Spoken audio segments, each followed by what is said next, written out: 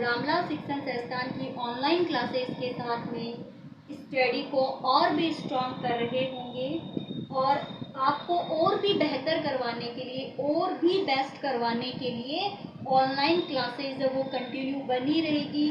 But जब आप response दोगे, आप अच्छे से स्टडी करोगे, रेगुलर वीडियो को देखोगे, तभी ये पॉसिबल होने वाला है। तभी हम लोग अच्छे से स्टडी करवाएंगे आप लोगों को। तो देखिए, इसी ऑनलाइन स्टडी को कंटिन्यू करने के लिए हम अपने टॉपिक पे आते हैं। मैंने आपकी क्लास में जो चैप्टर 6 है वो स्टार्ट कर रखा है बायोलॉजी के अंदर। 10th क्लास 10 NCERT सिलेबस के अकॉर्डिंग चैप्टर 6 स्टार्ट कर रखा है, लाइफ प्रोसेसेस। उसका एक पार्ट मैंने आपको सेंड कर दिया। आज की जो हमारी today your class is related to the nutrition, related to the nutrition. इस न्यूट्रिशन का जो टॉपिक है उसको एक मोटिवेशन थॉट के साथ में अपन स्टार्ट करेंगे। यूं ही नहीं मिलती मंजिल मुसाफिर को, यूं ही नहीं मिलती मंजिल मुसाफिर को, एक जुनून सा जगाना पड़ता है, एक जुनून सा जगाना पड़ता है। जब पूछा चिड़िया से कि घोंसला कैसे बनता है तो बोली तिनका तिनका उठाना पड़ता है। तो ऐसे ही हमें भी अपनी मंजिल तक जाने के लिए इन चैप्टर्स को कवर करना होगा। छोटे छोटे वीडियो के थ्रू पूरा सिलेबस हमें करना होगा। तो चलो, चिड़िया जैसे तिनका उठाती है, हम भी हमारे टॉपिक को स्टार्ट करते हैं। तो हमारा टॉपिक क्या है जी? Nutrition. What means of nutrition? What means of nutrition means take food, the way take food. Food आप किस तरीके से ले रहे हो, कौन सा तरीका अपना रहे हो, ड्रिंक कर रहे हो, है ना? ड्रिंक कौन सी, वो वाली ड्रिंक नहीं रहे, वाटर जूस वगैरह पीते हो, मैं उसकी बात कर रही हूँ। कहीं तुम लोग पता नहीं कहाँ पहुँच जाओ, क्योंकि तुम लोग लॉकडाउन के चक्कर में वैसे फोन वान चला करके मानो। तो कौन सा जूस वाली बात कर रही हूँ मैं, ना मिल्क की बात कर रही हूँ मैं, वाटर की बात कर रही हूँ। कई बार अपन डायरेक्ट फूड लेते, कई सॉलिड फॉर्म में भी लेते हैं, जैसे दांतों से चबाते भी रहते हैं। तो आप फूड को लेने का वे कौन सा है? तो way of food and utilization. तो क्या है फूड के obtaining of food and utilization of food, obtaining of food and utilization of food, this is known as the nutrition. ठीक है, तो to definition, it is a process in which the obtaining and utilization of food. A process in which obtaining and utilization of food is also known as the nutrition। आप food किस type से ले रहे हो, sorry किस medium से ले रहे हो, उसी को क्या बोलते हैं? यूटिलाइजेशन। या फिर सीधे सीधे बोल दो और taking food, way of taking food. Food लेने का जो वे है, this is known as the nutrition. For the nutrition, to take the nutrients, आप क्या ले रहे हो? न्यूट्रिएंट्स ले रहे हो, है ना? अब न्यूट्रिएंट्स क्या होते हैं? The substance to provide the energy,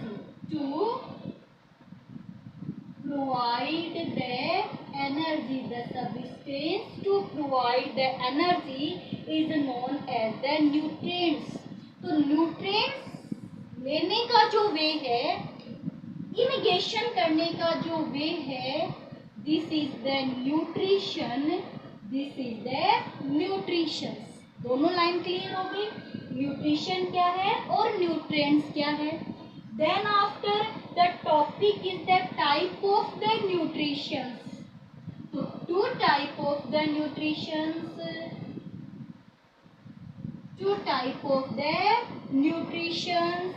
One is the autotrophic nutrition.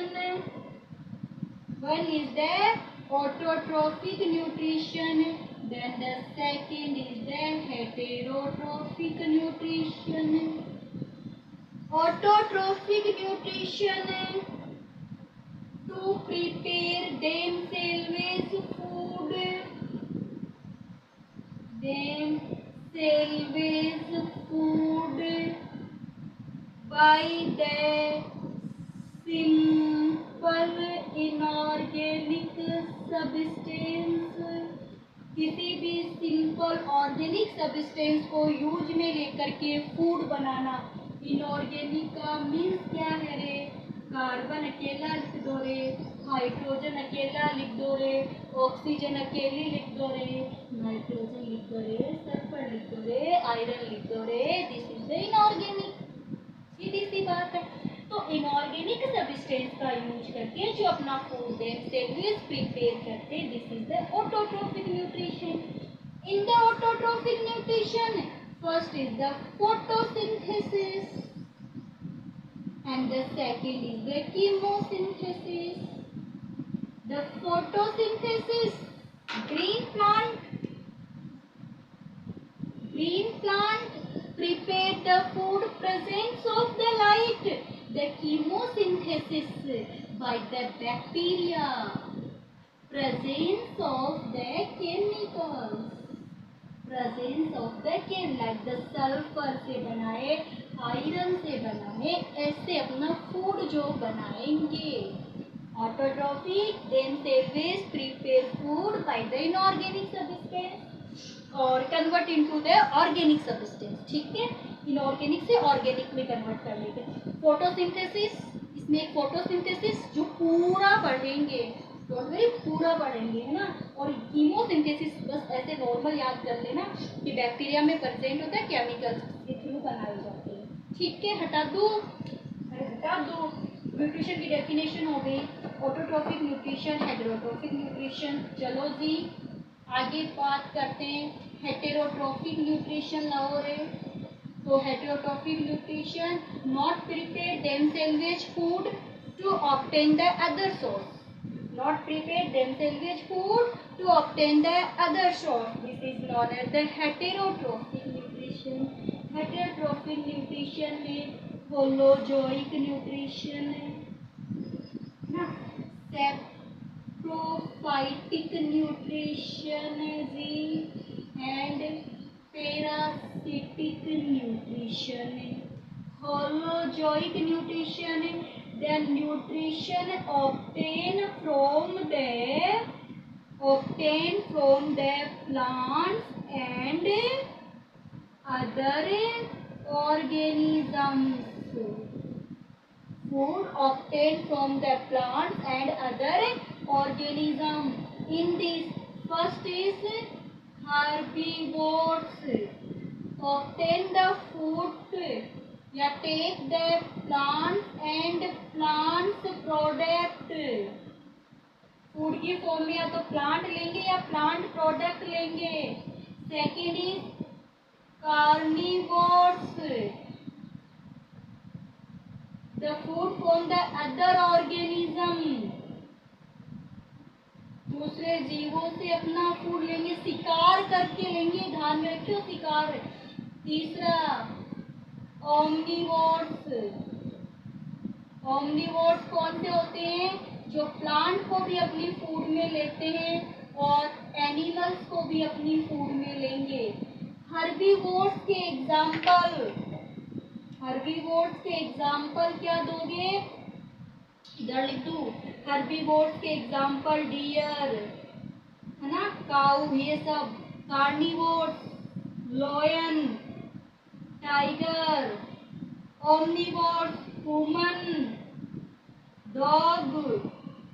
ठीक है, पहले के पढ़े हुए कोई बड़ी बात नहीं है। हाँ, ये बात सही है। Saprophytic, the obtain food from dead और डेके, जो सड़ी गली चीजों से अपना फूड लेते हैं वो सैप्रोफाइटिक होते हैं। The obtain food from dead और डेकेइंग सब्सटेंस, जो डेड और डेकेइंग सब्सटेंस से अपने फूड को ऑब्टेन करते हैं, दिस इज द सैप्रोफाइटिक। याद रख लोगे, the organism is the mode of food in which to take the food dead और डेके, सड़ी गली चीज़ों से, डेड एंड डेकेइंग से जो अपना फूड लेते हैं, सैप्रोफाइटिक होते हैं। The example is the mushroom. एक एग्जाम्पल याद रख लो, है ना। और बताऊं क्या, ईस्ट सेल, है ना। और बताऊं क्या, अब फफूंद, अपना अचार खराब हो जाता है, वो भी सैप्रोफाइटिक है। अब है पैरासिटिक, है ना। देखो आपने अपना जो घर पे अचार होता है डिब्बे में, उसमें सफ़ेद सफ़ेद रंग की फफूंद आ जाती है ना, तो वो भी एक टाइप का फंजाई है, वो भी एक टाइप की क्या है, फंजाई है। फंजाई अपने आप में एक ग्रुप बनाता है, फंजाई अपने आप में एक ग्रुप को लिए हुए रहता है, ठीक है। अगला न्यूट्रिशन कौन सा है, parasitic nutrition. The obtain food other organism form of the digested form. Digested form में जो फूड को, यानी कि the food obtain by the sucking method, by the sucking method, या to absorb the food. Digested food है, उसको सक करके जो अपना फूड लेते हैं, वो क्या होते हैं, पैरासिटिक होते हैं, पैरासाइट्स होते हैं। अदर ऑर्गेनिक, पैरासाइट्स बोल दो, पैरासिटिक बोल दो या पैरासाइट्स बोल दो। पैरा, they obtain the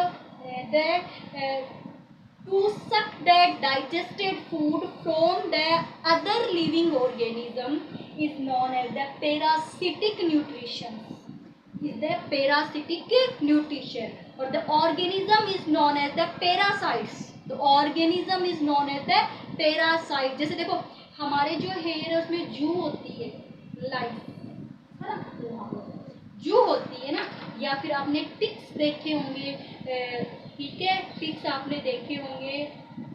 ये क्या करते हैं, जैसे टिक्स होते हैं, वो अपने जो कैटल्स होते हैं, डोमेस्टिक एनिमल्स होते हैं, उन पे लगते हैं और उनके ब्लड को क्या कर लेते हैं, सक कर लेते हैं। अब देखो वो उनके ब्लड को सक कर रहे हैं ना, वो उनके ब्लड को सक कर रहे हैं ना, वो तो क्या है, वो न्यूट्रिशन का तरीका तो है पैरासिटिक न्यूट्रिशन, और जो सक कर रहा है वो पैरासाइट्स है, और हम क्या हो गए, या फिर वो एनिमल हो गया होस्ट, वो एनिमल क्या हो गया, होस्ट।